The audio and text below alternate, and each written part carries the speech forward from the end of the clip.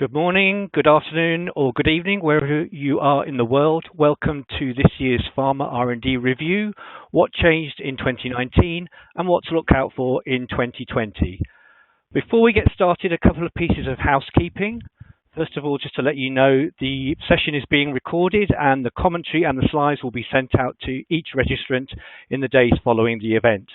And also, if you'd like to ask any questions, you can enter your question in the attendee questions box. We will try and answer some questions as we get towards the end. We have a pretty full agenda this time, so if we don't, please bear with us. We will reply to you all individually again in the coming days. So first of all, let me introduce myself. My name is Ian Lloyd. I'm the Senior Director for Pharmaprojects, which is Informa Pharma Intelligence's drug database, which tracks drugs all the way through drug R&D. I'm also the author of the annual Pharma R&D review on which this session is based. That's been published every year since 1993, and here we are in 2020, still going strong. And if you're wondering why you see a bit of food and drink imagery throughout the presentation, each year I base the report on a different theme to add a bit of colour and to be able to draw analogies and to make the graphs and statistics a little less dry. A bit of a strange one this year, obviously. I'm at home in South London rather than in the Informa offices. And just down the road from me, also in South London, is my co-presenter, Alex. Alex, would you like to introduce yourself? Hi, thanks, Ian. Yes, my name's Alex Shimmings. I'm an executive editor for Scrip, Pink Sheet and Invivo, and I've been covering the pharma industry for about 20 years. Thanks, Alex. So let's see what's on the menu for our presentation this year. So, as I mentioned before, most of the first part of the presentation is based on the annual Pharma R&D report, which was published earlier this year. So there's a pretty large COVID-19 shaped elephant in the room in that obviously we're all working from home. Everything's a bit difficult technically now. As I was mentioning, so the first point to make out is the report was written in January 2020, earlier in the year, where really the COVID-19 was just a small news story just developing out of China. Who knew things would change so quickly in such a short time? However, it's fair to say, I think, that trends in pharma R&D, macro trends, do change quite slowly. So most of the comparisons will be making between data in January 2020 and January 2019 probably still stand up. Obviously, there may be several fairly significant changes by this time next year. Where things might have changed in the intervening 3 months, I'll definitely be making a note of this. But our agenda looks like this. First of all, we'll be looking at the total pipeline size in 2020. Then I'll be handing over to Alex, who will be reviewing the success stories, the drugs that were launched successfully in 2019. Then I'll be coming back to the pipeline as it was in January 2020 and looking at trends in top companies, the leading therapies, diseases, mechanisms and target, while biotech and the differences between biotech and pharma. Then we'll be moving on to look at the outlook for 2020. Although the world does seem to ground to a halt, actually work is still proceeding on drug approvals, and Alex will be looking for launches to look out for in 2020 based on 2019 drug approvals and drug approvals that are coming up.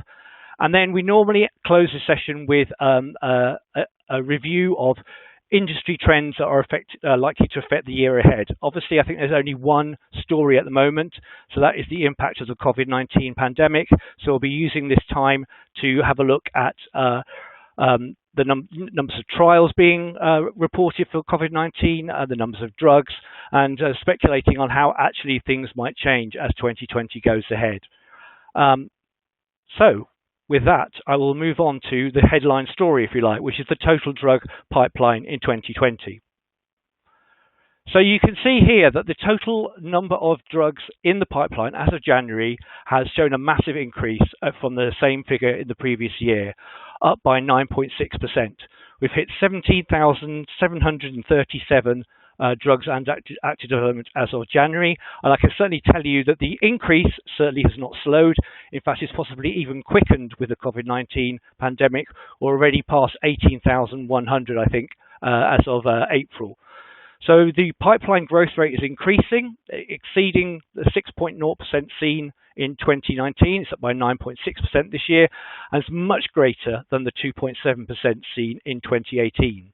During the 2019 calendar year, 4,730 new drugs were detected, added to the database, and these contributed to the overall growth in pipeline size of 1,556. Now, obviously, that means that there must have been a lot of drugs that left the pipeline. In fact, there were 3,174 drugs leaving the pipeline, leaving that net uptick of 1,556. So you can see the churn in a single calendar year in the pipeline is really, really quite significant. And obviously, most of these drugs are pre-launch.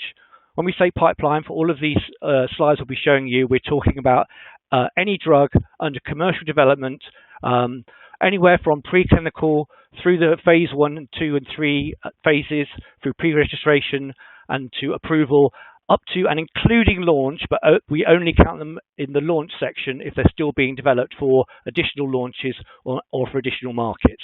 If they're widely launched, we do remove them. So that's our kind of parameters. As I mentioned, anything in the pipeline, apart from those few launch drugs, is going to be a cost. So it's really important that if the pipeline size is increasing, that the number of drugs delivered to the market is also increasing. So before we look at the pipeline in more detail, I'm going to hand over to Alex, who's going to review the success stories of 2019. Thank you, Ian. Right, so in this section, we're going to take a closer look at 2019's new active substance launches. And then for clarity to start with, when we talk about new active substances, or NASs for short, we mean new chemical or biological entities where the active ingredient has received no prior approval for human use. So we also include vaccines here, those with novel antigenic components, but it does mean that we exclude novel formulations and generics. So we'll start by looking at last year's performance compared with previous years. So this graph shows the number of NASs launched on the y-axis and the year going back to 2000 on the x-axis. Vaccines are separated out using the pink bar. And as you can see, last year's tally was 49. Though this was lower than we saw in 2018, 2018 was actually a record year. So 49 is pretty reasonable, and it beats the mean of the decade of just over 40. And it's in keeping with the general upward trend that we've been seeing for the last 10 years, which followed a marked dip in the noughties. So some headline stats for 2019 are that we've got the most successful company was Novartis with 5 novel launches. Next came 2 Japanese firms, Astellas and Daiichi Sankyo, with 4 each. And the most popular therapy area for the new launches was cancer, with 16 novel products, and that matches its overall dominance of the pipeline. The next most popular area was blood and clotting disorders, and that had 6 NAS launches. The US maintained its status as the preferred market for debuts, with nearly 60% of launches there. Nearly 41% of the drugs launched were orphans, and 14 were first in class. So moving on to the next slide. Here we're going to take a closer look at the more novel of the new drug launches, those that were first in class. The first 3 of these are for cancer indications. We've got, first off, Karyopharm Therapeutics Expovio, which was launched for myeloma in July in the US. This is the first example of a CRM1 nuclear exportin, or EXPO1 inhibitor, and this protein is overexpressed in several cancer types. Expovio has now been filed for diffuse large B-cell lymphoma in the US and is in late-stage clinical development for multiple other cancer types. Next up, we've got Roche's Rozlytrek, and this was first approved in Japan for cancers with the NTRK fusion genetic defect and for non-small cell lung cancer. Now, obviously, this is not the first tumor-agnostic drug. That was Array and Loxo's Vitrakvi, which was launched in 2018. But Rozlytrek has other mechanisms that make it novel. Vitrakvi inhibited TRKA tyrosine kinase, whereas Rozlytrek hits TRKA, but also the related TRKB and TRKC and ROS1 and ALK. And this is the first time that a drug inhibiting TRKB and C has reached the market. Finally, on this slide, we've got Orion and Bayer's Nubeqa that was first launched in the US for non-metastatic castration-resistant prostate cancer back in August. This is the first selective non-steroidal androgen receptor modulator, or SARM, and is taking on the established androgen antagonist drugs such as enzalutamide. And just recently, Bayer's just reported its Q1 sales and says that it's performing better than expected. So moving on to the next slide, we're going to take a look at the novel blood and clotting agents. First up, we've got 2 new treatments for sickle cell disease, a previously very underserved condition. To start with, we've got Novartis's Adakveo, which was first launched in the US in November. And this drug is the first P-selectin antagonist, and it actually treats the crisis precipitated by vaso-occlusion in sickle cell anemia. So P-selectin is a cell adhesion molecule, and it's found on the surfaces of activated endothelial cells that line the inner surface of blood vessels. Because of its novelty and the unmet need, the drug had orphan and breakthrough therapy status as well as a priority review. The following month, it was launched by Global Blood Therapeutics Oxbryta. Now, this drug tackles sickle cell disease in a different way. It's an allosteric modifier of hemoglobin oxygen affinity, and so it's classified as a hemoglobin oxygen release stimulant. So rather than treating the effects of sickle cells clogging up the capillaries, it makes red blood cells deliver their oxygen more efficiently. And then finally, we have Fibrogen's Evrenzo. This was launched in Japan with its licensee Astellas for anemia associated with chronic kidney disease in dialysis patients. It's an HIF-PHI inhibitor, and that acts to improve the use of iron and counteracts the suppressive effects of inflammatory cytokines. Now, this agent may be first in class, but it's got a number of potential competitors snapping at its heels, and they include Japan Tobacco's Inarodustat, GSK and Kyowa Kirin's Daprodustat, and Mitsubishi Tanabe's Vardadustat. They're all waiting approval. Plus, there are a number of others in phase 3. So moving on to the next slide, we're going to take a look at a couple of the novel cardiovascular products, one which is an antisense therapy, and the other one's a gene therapy. So first we have the antisense specialist Ionis Pharmaceuticals with Waylivra. That was launched in Germany for chylomicronemia syndrome, and Ionis got its hands on this product through its acquisition of Axia Therapeutics. So this oligonucleotide, it targets apolipoprotein C3, and high levels of which induced hypertriglyceridemia and therefore atherosclerosis. And it also inhibits lipoprotein lipase. So not surprisingly, this is a niche indication, so it attracted both EU and US orphan drug status. And Waylivra's launch now brings the number of marketed antisense drugs to 6, and Ionis has had a hand in 4 of those. Next, Colatogene. This is a gene therapy that delivers the gene for hepatocyte growth factor via a plasmid vector, and this was launched in Japan. It was originated at Anges, which teamed up with Mitsubishi Tanabe Pharma to bring the drug to the market for critical limb ischemia. It has been a bit of a long journey, though. This product was actually first identified via the Pharmaprojects database back in 2001, and it was originally part of Vical's portfolio, and then Anges developed it with licensed it with the non-viral gene therapy delivery technology. Back in 2008, it was filed in Japan for arteriosclerosis obliterans and Berger's disease, but with no success. But the persistence has paid off. And now, together with another product, which we're just going to come to, it's brought the number of marketed gene therapies into double figures. So on the next slide, we have the other novel gene therapy up first, and this is first of 2 musculoskeletal products that were first in class last year.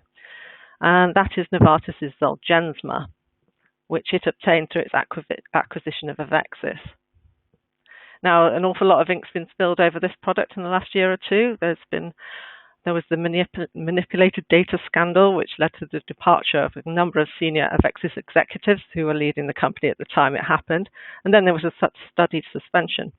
But these did not stop its US approval, and it was launched in June for spinal muscular atrophy, a fatal disease, genetic disease in children. Now, Zolgensma is not the first treatment for SMA. It's going to compete with Biogen's Spinraza, but it is the first with the promise of a one-time cure. So that means it's got a very high price, $2.1 million, and that makes it currently the world's most expensive drug. This means that its performance on the market is also being very closely scrutinized. Gene therapies as a whole still have to prove themselves commercially. But fortunately for Novartis, it's got off to a pretty good start. Full sales last year were $361 million, and then just this morning, Novartis reported that in the first quarter of 2020, it had sales of $170 million. These were a bit lower than consensus, but still very reasonable. So the second product for musculoskeletal disorders was Amgen Astellas Biopharma's Evenity or romosozumab. That was launched in March in Japan for severe osteoporosis in postmenopausal women, and it's the first sclerostin inhibitor, and sclerostin stops bone formation and increases its breakdown. This drug was originated by UCB and then co-developed by Amgen, but it's been brought to the market in Japan through the Amgen-Astellas Biopharma joint venture. This is where the two firms have teamed up for co-development and commercialization in Japan of 5 of Amgen's products. And this is the first of those. Now we're going to move on to other first-in-class products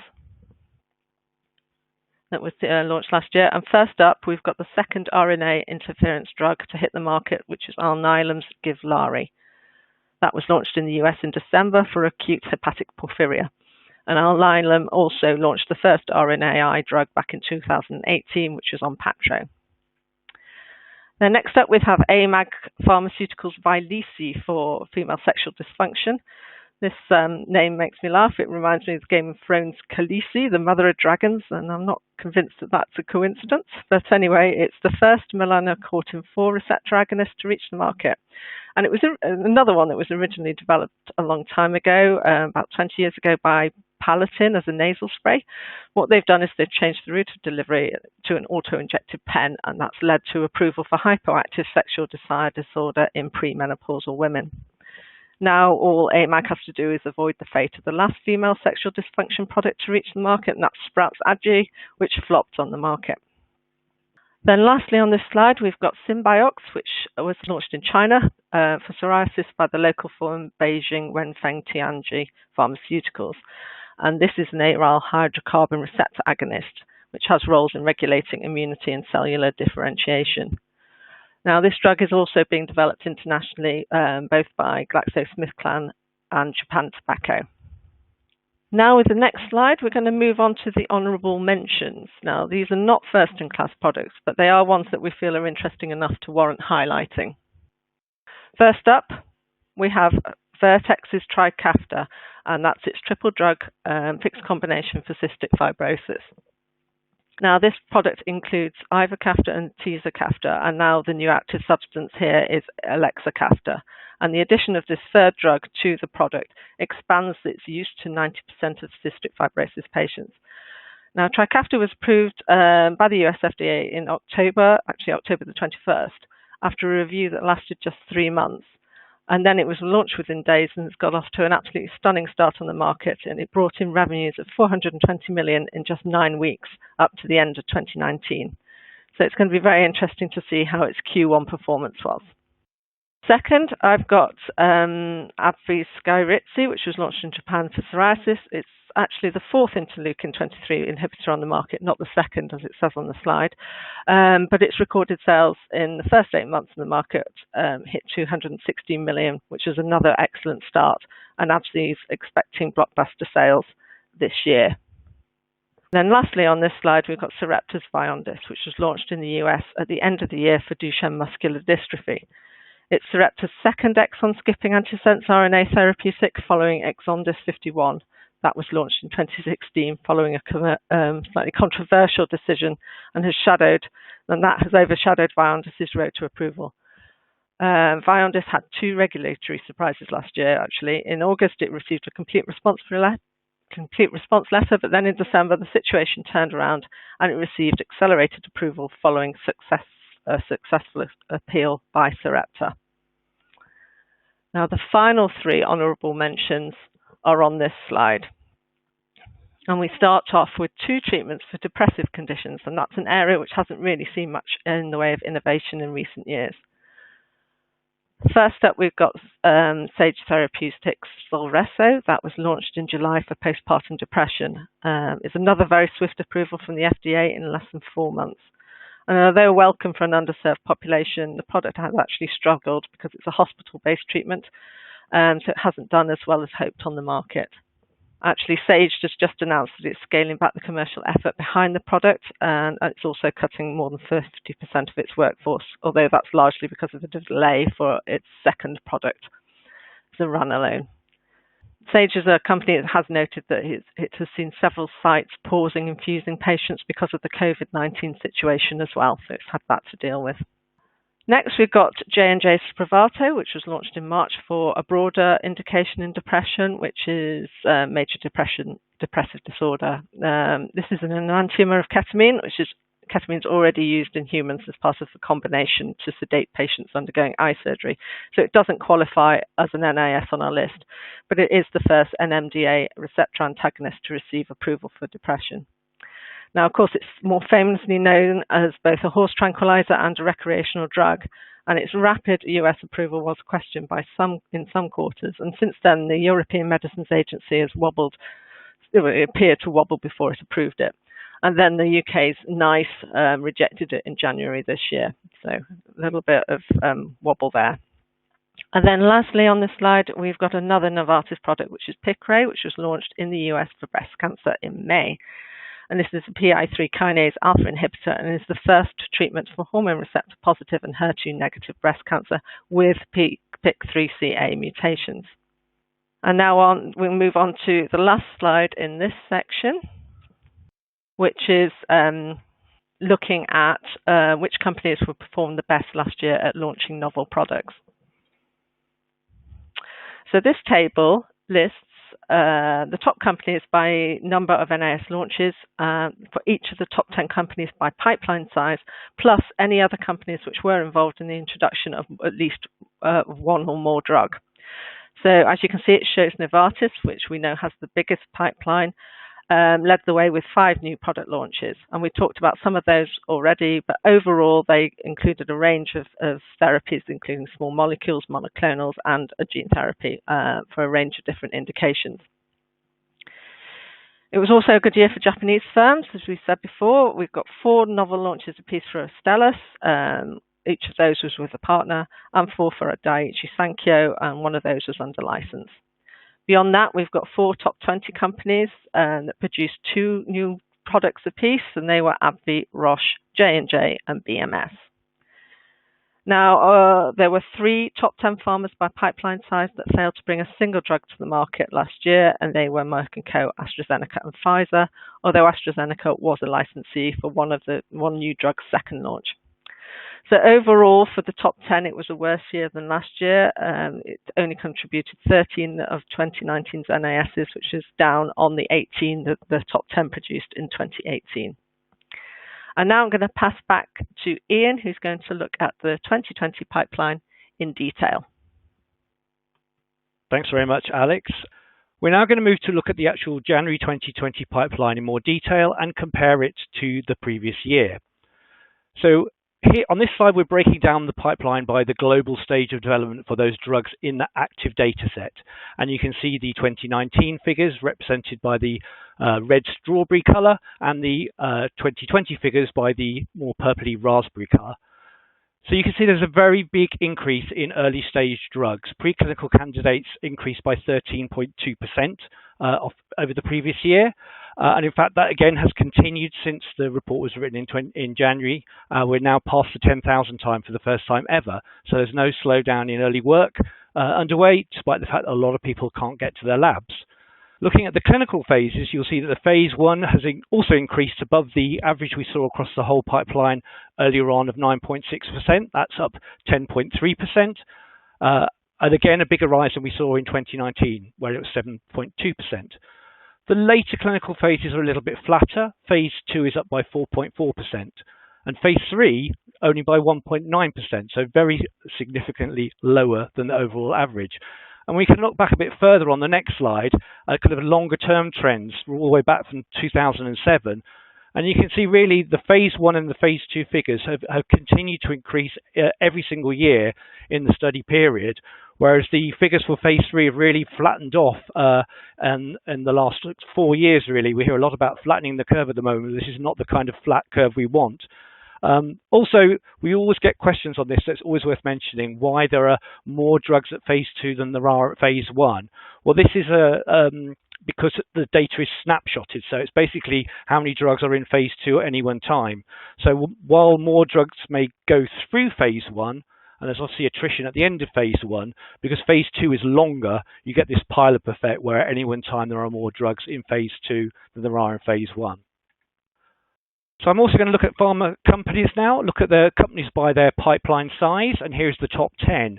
You can see that Novartis, which Alex mentioned was the most successful company in terms of launching new drugs, is sitting at the top of the charts for, I think, the third year in a row, with a very, very slight increase in its pipeline size, up to 222. Of those, it originated 139, so the rest were licensed in some form or the other.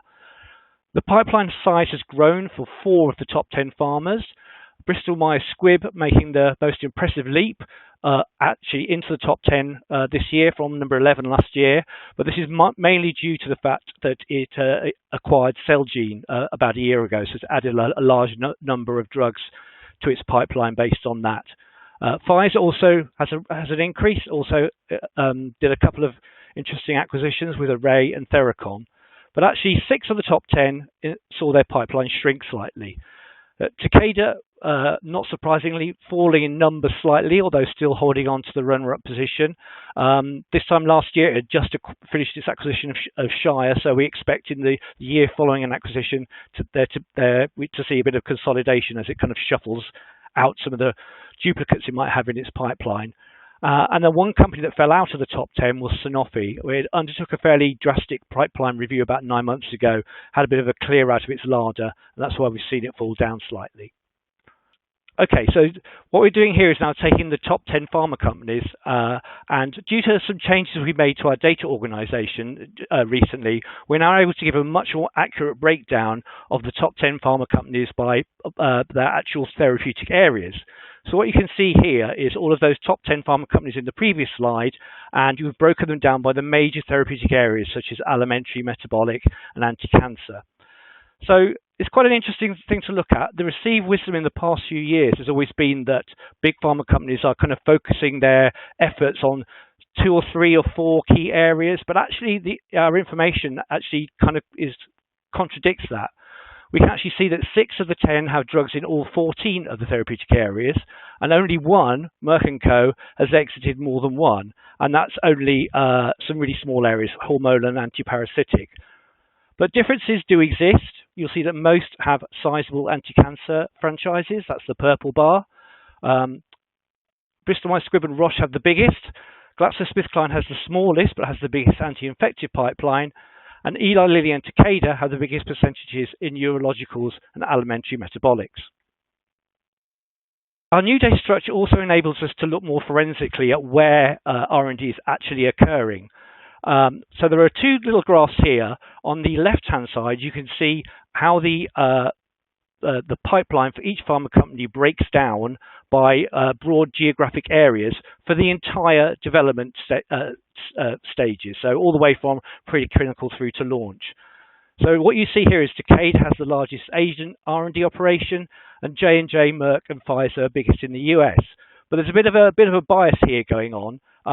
Most of the drugs that we identify in early stages, there's not really information about where the research is occurring, so our default is to assign that to the headquarter country of the company. So what I've done here on the right-hand side is actually try to remove that bias and just focus on the phase 2 and phase 3 developments. And here you can see it evens things out very much. And we can see that those biases based on those headquarters have disappeared. Actually, most of the top 10 pharma companies are acting very, very multinationally and in similar proportions in different areas. Where are companies based in the world? Well, on the pie on the left-hand side, you can see Pharma R&D in terms of where companies are headquartered. And you can see that 46% of all pharma companies are in the US. So it's hugely US dominated still.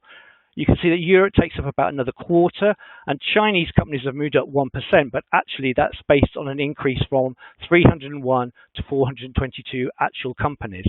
But again, if we actually break it down and see where this is all pharma companies now rather than top 10s, where the research is actually taking place, while the US still takes the biggest proportion with 32%, it's again a lot more evened out. And you'll see that apart from the US, most of the other regions give a kind of similar slice. What about the total number of companies with active pipelines? Well, this has also shown a really big increase. The size of the pharma family has risen by 11.4%. We now have 4,816 companies involved in Pharma R&D. That's a rise of 493 companies. Actually, 809 new companies were identified by Pharmaprojects during the 2019 calendar period. So this indicates that 316 were lost to merger, acquisition, failure, or maybe they've gone into hibernation. But they don't seem to be active, so we've moved them out of the active set at the moment. So again, a really, really large churn in a single year. A huge amount of these companies are actually really, really small companies. So over half of all companies have just one or two candidates in their portfolios. We have 1,849 companies with just a single drug, and that's up from 1,633 last year. And we have 735 with just two candidates in their portfolios, also up from 669 last year. So the next slide looks at the percentage the big pharma companies are taking of the overall pipeline versus small companies and how the balance is shifting. So with the pink line at the bottom, this is the percentage which the top 10 pharma companies have provided to the pipeline. You can see that only 5.4% of the pipeline is provided by top 10 companies in 2020. This is down from 6.5% in 2019, and it's more than halved in a decade. So the top 10 mega companies are providing fewer and fewer of the drugs to the pipeline. The purple line has the top 25's share, which has declined to 9.5%. It was 11% a year ago, and again 18% in 2011. So again, this is showing the big and medium-sized companies are really contributing fewer of the drugs to the overall pipeline, whereas what we call the tapas companies, if you like, the small companies with just one or two drugs, they're providing 19%. And that's been roughly stable the last few years, but it did come up earlier in the decade. We're now going to look at to move at the R&D pipeline by therapeutic area. So what you can see here again, you've got the red for 2019 and the purple for 2020, and we see the broad therapeutic areas for which drugs are ascribed. It's worth pointing out that with some double counting here, some drugs can be in development for more than one therapeutic area. But to the left-hand side of the graph, you can see that cancer is by far the largest therapeutic area once again, up by 36.7%, and now hitting 6,504 drugs. So that's pretty significant. Nearly 40% of all drugs in all pharma R&D target cancer in some way. It's up by 14.2%, which again exceeds what you will see overall. And the second graph shows biotech up by 13.2%. That's a kind of not really a therapeutic area category, but a classification we use. Then we see neurologicals up by 10.2%, but most other therapeutic areas have single-digit growth, so they're mostly lower than the overall average. What's really interesting, though, is if you look at the only therapeutic area which fell from 2019 to 2020 was anti-infectives.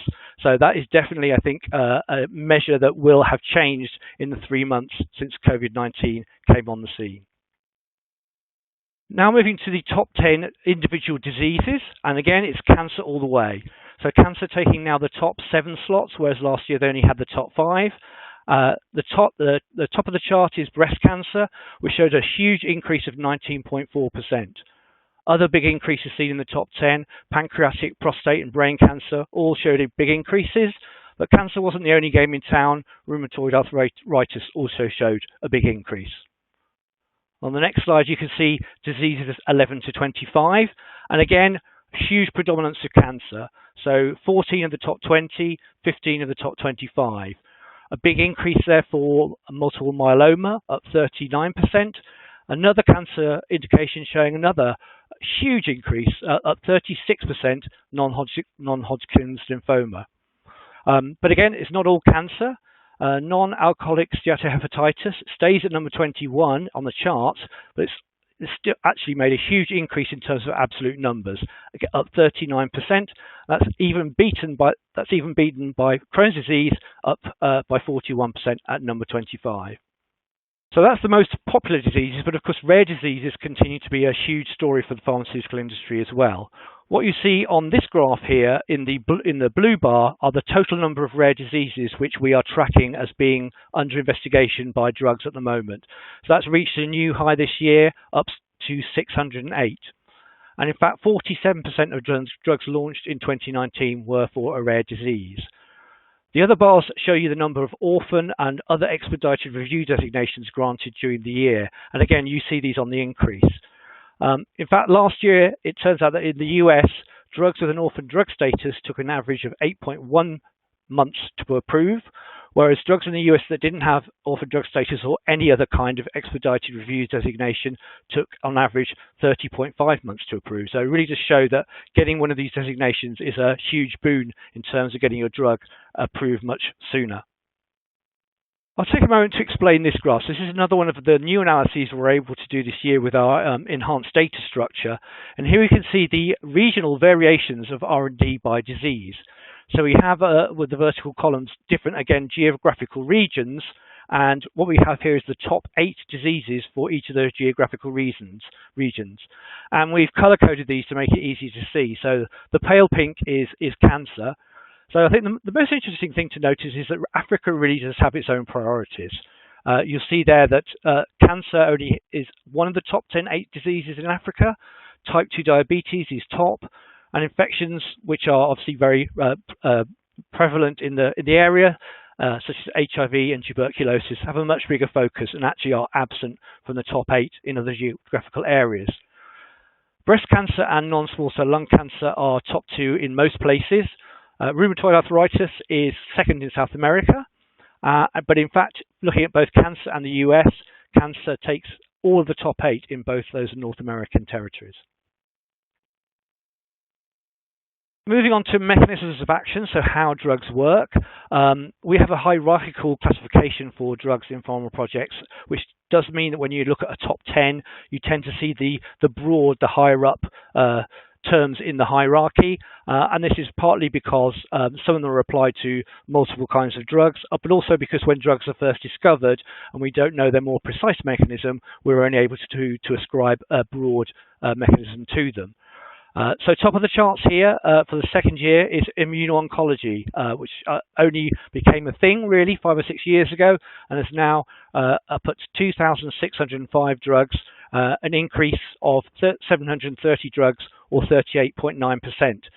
However, the column on the right-hand side shows you what percentage for each of these mechanisms, or percentage of drugs have moved to pre-registration, approval or launch, so the later stages. Actually, only 1.8% of those 2,600 odd drugs have moved beyond clinical development. So in that sense, it's still a huge gamble and a bit of an untried area. There are some other broad immuno-oncology related categories entering the top 10. So T-cell stimulant at number 3, which is applied to CAR T therapies and some other types of T-cell therapies, has gone up a huge 77.7%, so a massive increase in a single year. And immune checkpoint inhibitors, which also are involved in immuno-oncology, another big increase, up 23.5%. We can also look at the individual drug protein targets, and this has generally been an area where, because of the diversity of cancer targets, they haven't really featured that so much in the top 10, but actually this is now beginning to change, such is the huge influence of immuno-oncology.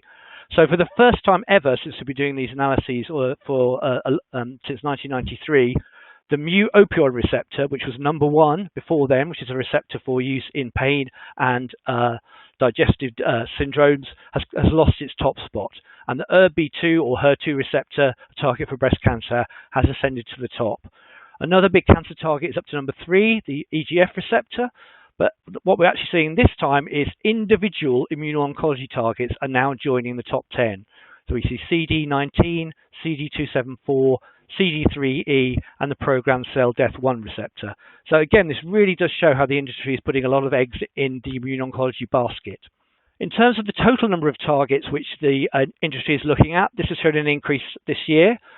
For all drugs in active R&D, there are 1,766 different targets under study currently, and this is up from 1,706 the previous year. So we're seeing a slight increase in target diversity, and in fact 100 brand new targets were identified during 2019, which is about average for the last decade.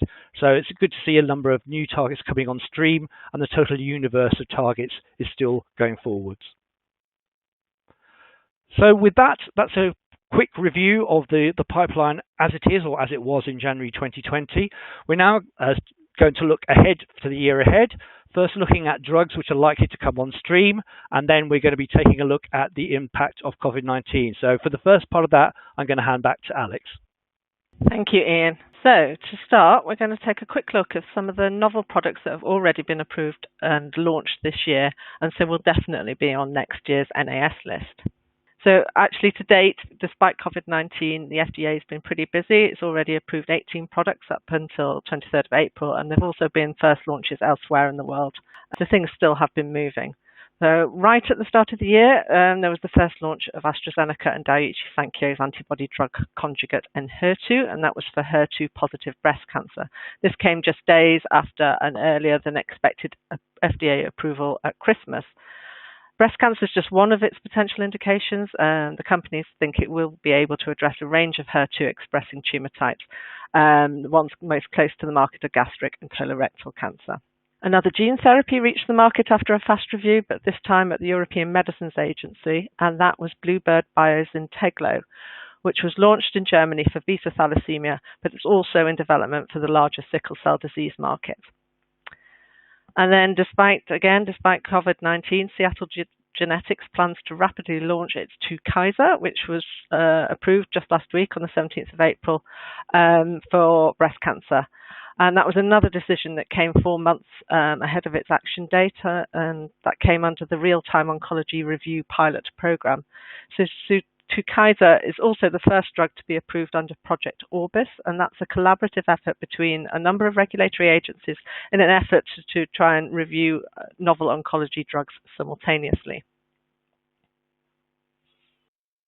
So other launches and approvals that we've already seen this year include Asperion's Nexlito, and that's for heterozygous familial hypercholesterolemia and established atherosclerotic cardiovascular disease.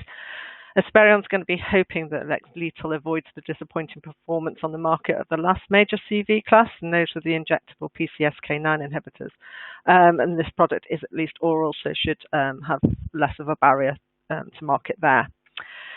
Next, Immunomedics, that's just received approval and is ploughing ahead immediately to launch Trodelvy for breast cancer, and it's another antibody drug conjugate. They're starting market education immediately, and once again, breast cancer is just the first indication. Trodelvy is being evaluated as a treatment for 8 hard-to-treat solid cancers in all. Next, Epizyme, that had its first product approval in January when the FDA cleared Tazverik for metastatic or locally advanced epithelioid sarcoma.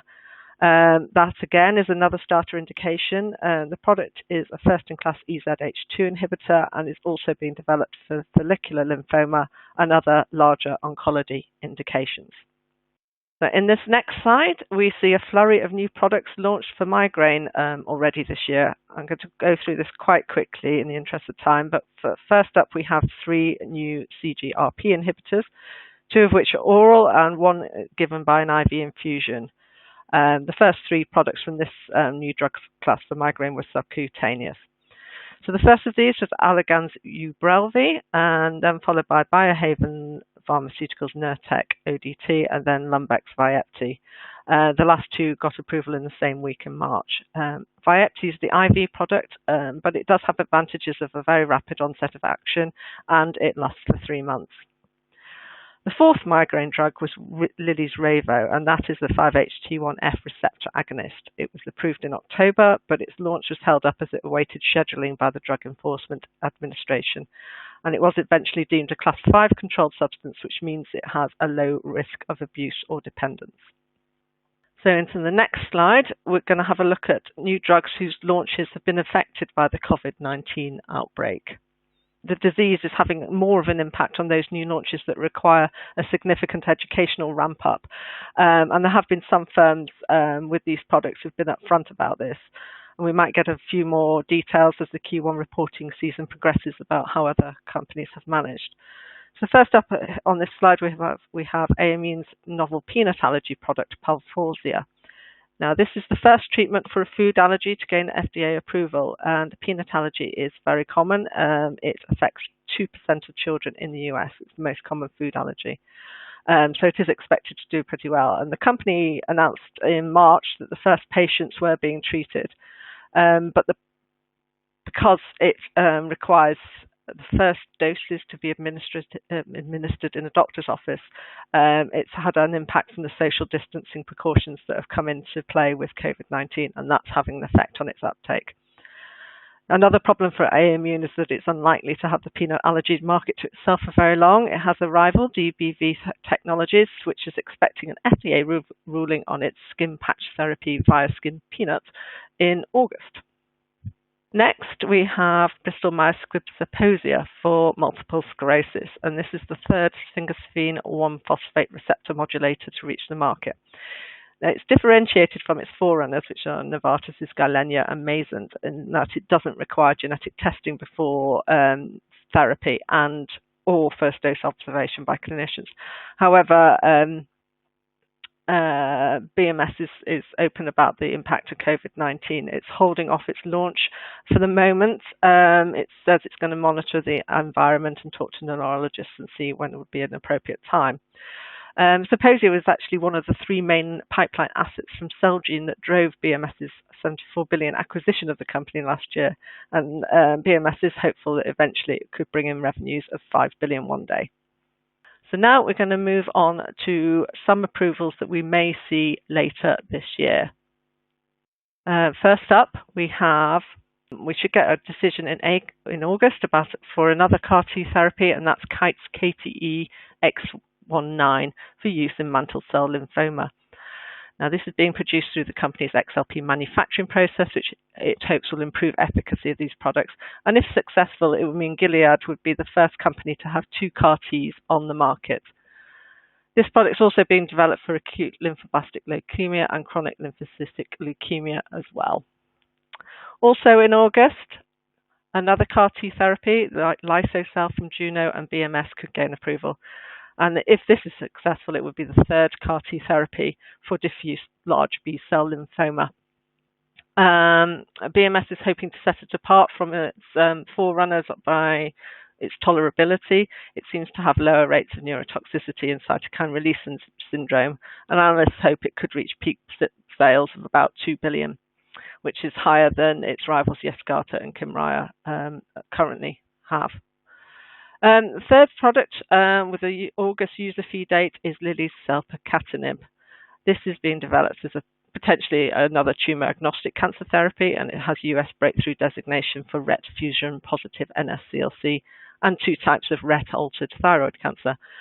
Selpercatinib, that was the driving force behind Lilly's acquisition of Loxo the other year, and it's also, this product is currently leading a rival from Blueprint Medicines, which is pralsetinib. That product's under review by the FDA for second-line RET-positive NSCLC and medullary thyroid cancer. So here's the final slide of approvals that we expect that we're highlighting today. The first is Glaxo's belantamab. It's B-cell maturation antigen, or BCMA. This is an interesting new target for multiple myeloma, and Glaxo is ahead of other companies developing BCMA targeting therapy for this disease. Belantamab was filed in the US in December and is thought to have been given a priority review, but it is facing potential competition from Bristol Myers Squibb and Bluebird's CAR-T product, Idecel.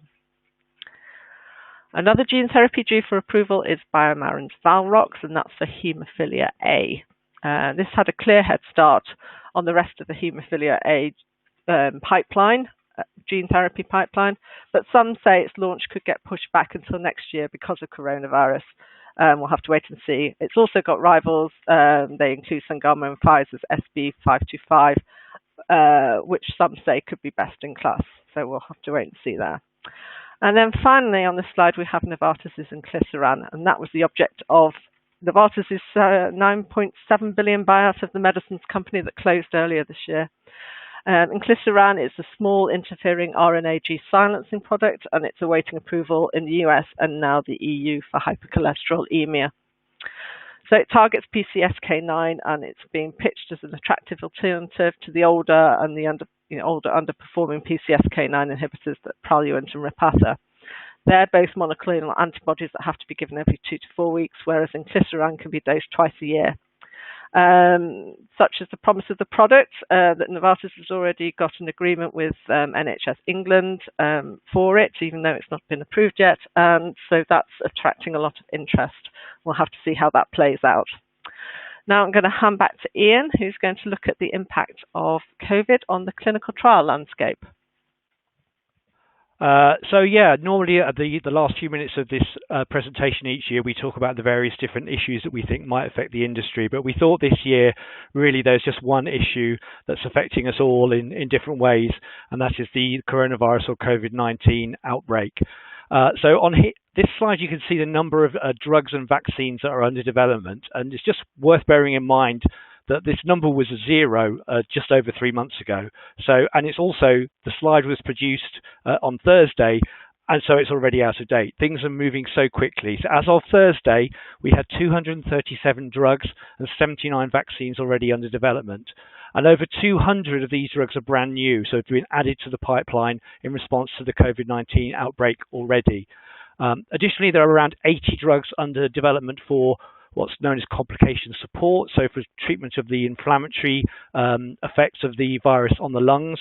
And there are also, as you can see from the pie chart here, by phase of development, you can see that actually over 50 of the drugs being investigated were already marketed for something else. So these are the repurposed drugs. So a huge amount of effort going on. I have to say I haven't really seen any results of small molecules yet that give me much cause for optimism. Certainly some of the repurposed drugs that are being looked at, partly due to some of the trial designs, which are possibly a little bit rushed. It's very difficult to actually demonstrate efficacy. So a lot of work is going on, but nothing, I don't think, on the near horizon. You can see that GlaxoSmithKline is leading the charge for the number of companies on the graph to the right. Obviously, GSK, a big vaccine company. I think the vaccines are definitely more interesting. There's a big variety of types of vaccine being looked at, including virus-like particles, inactivated viruses, mRNA viruses, DNA viruses, recombinant protein viruses, viruses delivering viral proteins, such as the one that started clinical trials in Oxford in the UK last week. So I think, if nothing else, we're going to learn a huge lot about vaccine development during this period. Some of those strategies have never delivered a successful vaccine to the market. I think if I had to pick one, I would definitely look at the Oxford one, given that that group already successfully delivered a MERS vaccine to the market. But as I say, there are no definitively positive drug trial results as yet. Big amount of effort going on in vaccines, and that's probably where I would be looking for hope at the moment. So moving on to trials. And here's the COVID-19 trial landscape. So again, from a baseline of 0, we've now seen over 1,000 trials initiated since the start of the year. Trials are favouring treatment. So there were 688 drug therapy trials, 815 in complications, and 53 in vaccine trials. And along the bottom, you can see week by week the number of trials which started.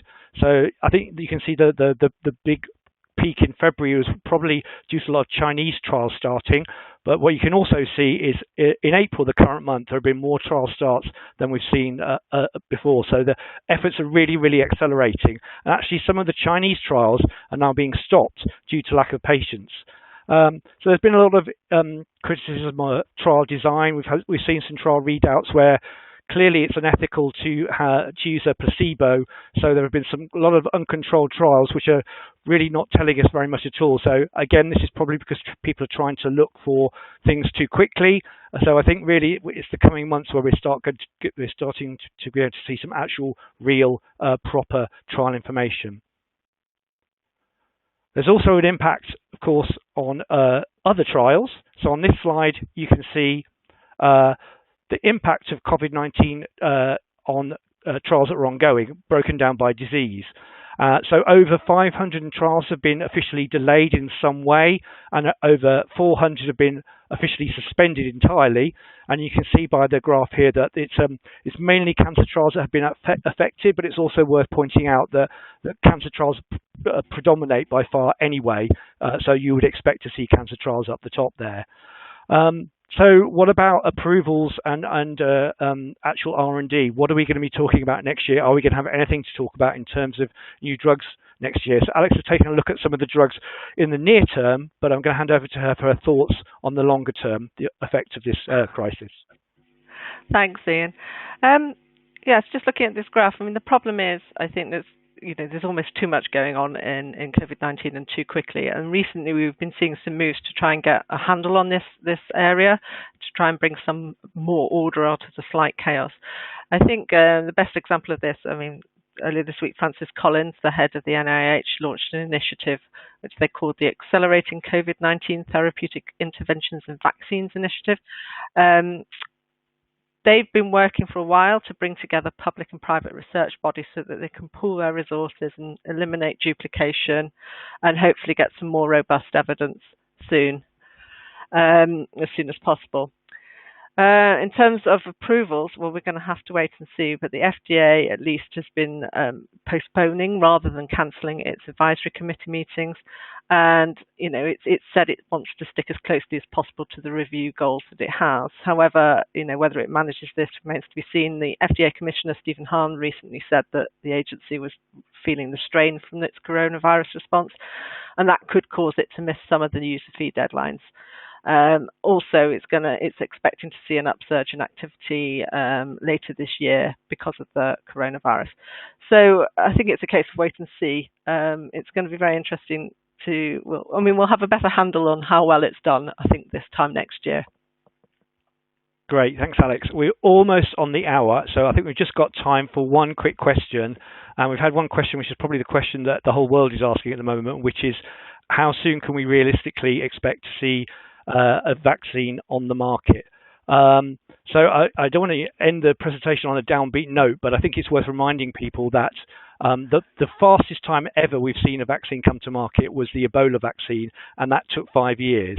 Having said that, we're in an unprecedented situation here where there's extraordinary collaboration going on, a huge amount of money going on, being used. So I think we can be a bit more optimistic than that. But I think anybody who's saying there's going to be something that's going to be widely useful and usable before maybe this time next year probably is going to be a little bit optimistic. Alex, would you like to comment? I mean, it's another thing where we're really going to have to wait and see. I mean, extraordinary times lead to extraordinary advances, I think. But the earliest that people are saying realistically is sort of 18 months before we get a vaccine. But I think we're going to see, as you said, great strides in vaccine development, and hopefully next time we have a pandemic, it will hold us in good stead. Thanks a lot. So that brings us to the end of our presentation for this year. I really hope that when we talk to you this time next year, we'll all be back in our offices and safe and well.